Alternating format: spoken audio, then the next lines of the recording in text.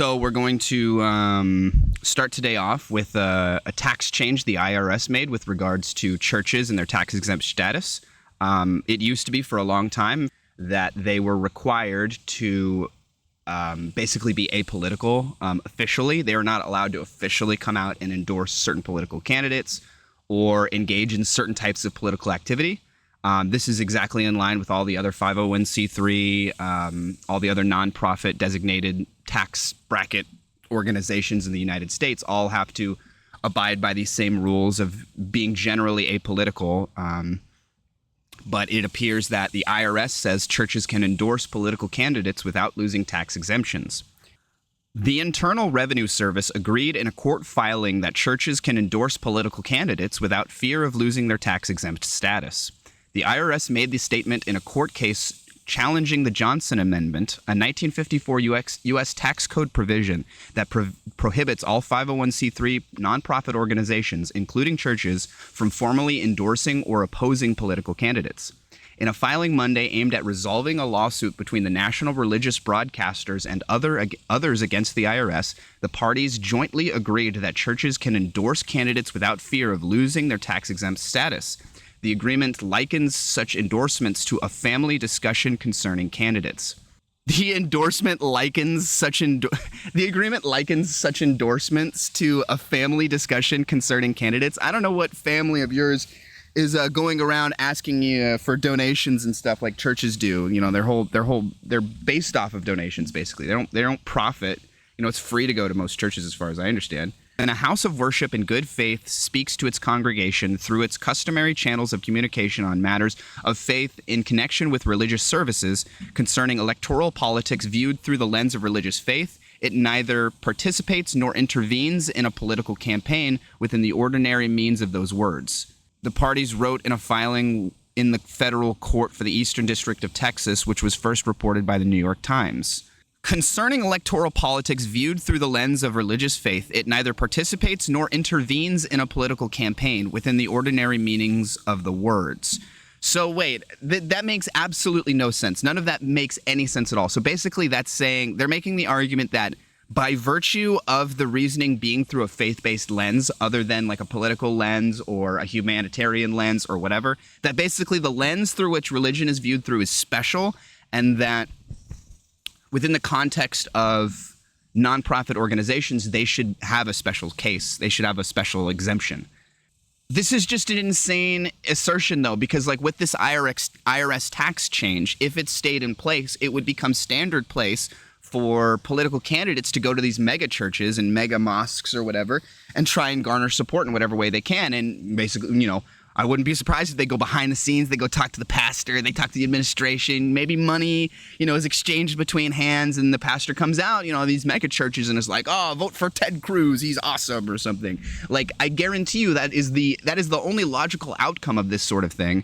And so it is insane to assert that it neither participates nor intervenes in a political campaign within the ordinary meaning of those words. But like, if moving forward, if Republican or Democrat or whatever, any campaign goes to these mega churches and tries to coordinate their endorsement, their try and get their followers to vote for them, that is literally what it is. That is literally participating and intervening in a political campaign.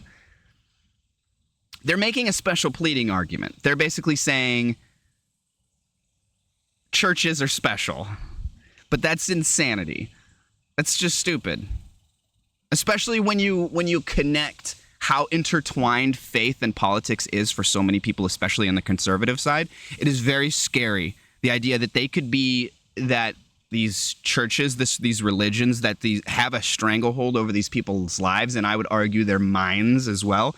It is scary to think that like politics, one of the things that you would think like you try and keep separated from religion as much as possible, is now like becoming completely intertwined with religion and politics. Thus, communications from a house of worship to its congregation in connection with religious services through its usual channels of communication on matters of faith do not run afoul of the Johnson Amendment as properly interpreted. What seems absolutely bananas about this to me is that, like, this rule change only applies to churches and houses of worship. It doesn't apply to all 501c3 nonprofit organizations. So, for instance, you could be like a food charity organization. Maybe you have like a food bank type, physical location where people come and get food and whatnot. And maybe, let's say, the local, let's just say Republican, for instance. Let's say the local Republican governor or local Republican mayor or local Republican Congress people want to get rid of the food bank location that you have. You are not allowed, like, say you're running this food bank, you run this charity, and you just get notice, oh, they're trying to get rid of the food bank in this upcoming meeting in a month, or these elections upcoming, these candidates want to get rid of the food bank or whatever. You are not allowed to tell the people as your customers, the people coming and getting this charity service, you're not allowed to inform them, hey, you're allowed to inform them that the facility might be closed, but you're not allowed to explicitly tell them the facility might be closed as a result of the Republicans trying to close it. Therefore, you should go and vote for this Democrat or this candidate that is running against this Republican. You are not allowed to do that. But if you're a church, you are allowed to do that. That seems beyond insane to me. The amendment was named after Lyndon B. Johnson, who sponsored it in the Senate. Johnson had pushed for the rule in response to conservative nonprofits that supported a political rival. Yeah, that is the exact. So it sounds like we used to have this, and that is the reason why we changed the rules, is because it was dumb that we had. That we had conservative nonprofits that pushed for political rivals, that you had churches, that you had large swaths of the religious community and religious organizations that were leaning one way heavily and just getting all of their brain dead, like completely mentally captured followers to just go along with. And that's hugely problematic to the properly functioning of an ostensibly secular society, right? If we're supposed to be a secular country, if we're not supposed to be a theocracy, then we don't want religion like that intertwined in our electoral process to that degree. That seems very dangerous and very dumb.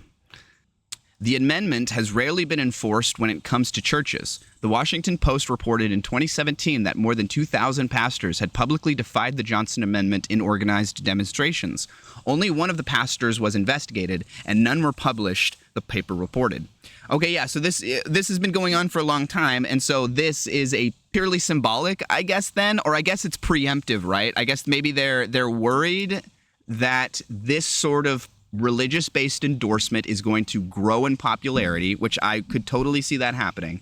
And that this is strategy for the long game. Like, they're worried about maybe future Democrat governments actually enforcing the law like it's supposed to be enforced. Where are all of the law and order Republicans, that are all about the law needs to be followed to the letter, and it doesn't matter what your feelings think about the law is the law, and it needs to be followed, and it's important, and even if you don't agree with the specific law, it needs to be followed. Where are they when it comes to not enforcing the Johnson Amendment, huh? I've never heard them ever say a single word about it. Oh wait, it's because they only use the law and order argument when it's convenient.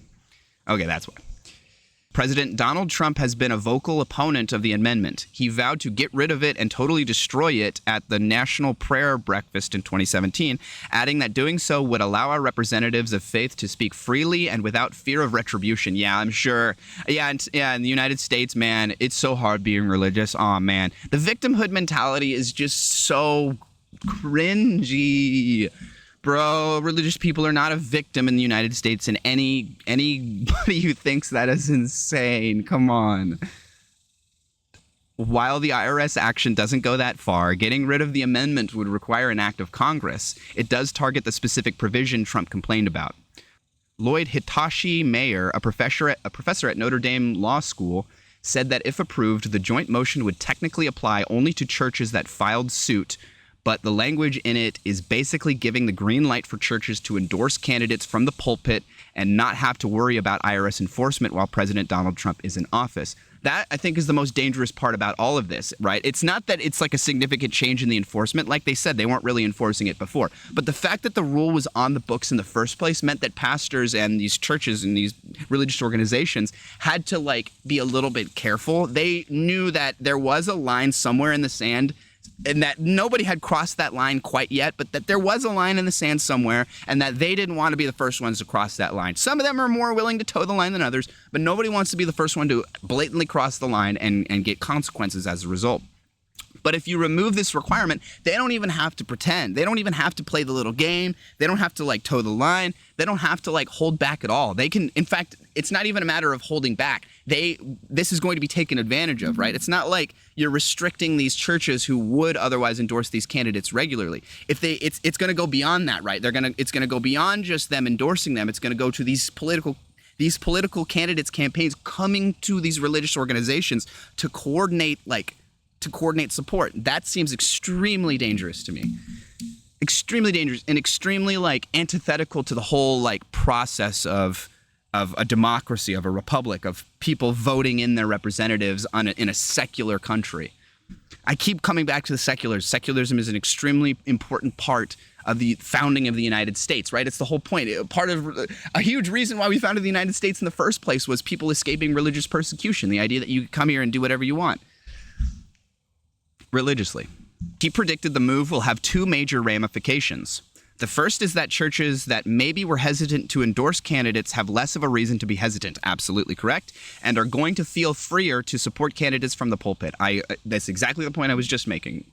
The second ramification is even church leaders who don't want to get involved will feel pressure to do so from political candidates and members of their congregation, potentially putting pastors in an awkward position. I totally agree. Like I said, this is going to go beyond just like the pastor that maybe, in the heat of the moment would say a specific candidate's name or wouldn't. No, this goes beyond that. There are very real consequences of this, and it's the campaigns coming to coordinate them. It's pastors feeling like they need to do something. There'll be instead of there being a push, there's now going to be a pull. The push was the rule being in place like on paper, and the pull now is going to be the rule being removed and the potential benefits that can be gained by gaming the system in this sort of way. That pressure could include financial incentives from congregates who could try to sway churches with donations, Mayer said. I didn't even think about that. Yeah, that's absolutely true. That now churches have to worry about who, what, and if they are endorsing something politically, lest they might lose or gain economic support from their members. I don't imagine that this would happen with every churches, because there's like a spectrum of churches. Some are more progressive, some are more conservative, some are more orthodox, some are more like laissez-faire. But I wonder if amongst the upper echelon of line towers, this is going to create like an arms race sort of thing, all of them fighting over that same pool of hardcore religious extremist donation money. And so I could totally see an arms race of like who's the most conservative, who's the most insane, who's willing to be the most overtly political, an arms race amongst the upper echelon of megachurches and whatnot. The religious group's suit argued a change was necessary because churches were unfairly targeted by the amendment, and they sought to have the entire amendment declared unconstitutional. The IRS operates in a manner whereby the plaintiffs are in jeopardy or punishment if they forthrightly say that a candidate's positions are unbiblical or that another candidate's positions are consonant with biblical teachings, their suit says. I just love, I cannot get over how funny the idea is of like you're at like some hyper conservative, mega church, and the pastor is up there railing against like government programs, against feeding the poor, against housing the poor, against having access to clean water and giving homeless people services and free healthcare. I find it absolutely hilarious, the idea of them coming out in once, at the first 10 minutes of the sermon talking about like the giving of Jesus and being empathetic and the importance of giving and all that stuff and the teachings of Jesus, and then the next 10 minutes they spend talking about why entitlement programs are bad and the damn liberals and welfare and blah blah blah. Like I just can't. You can't square that circle. It's really it can be funny watching like you have one of those like a round peg and like a square brick, and you have a kid trying to jam it into the hole, but it doesn't fit. That's what this is, and it's funny. It's funny. You can't square that circle, but it's funny to think about.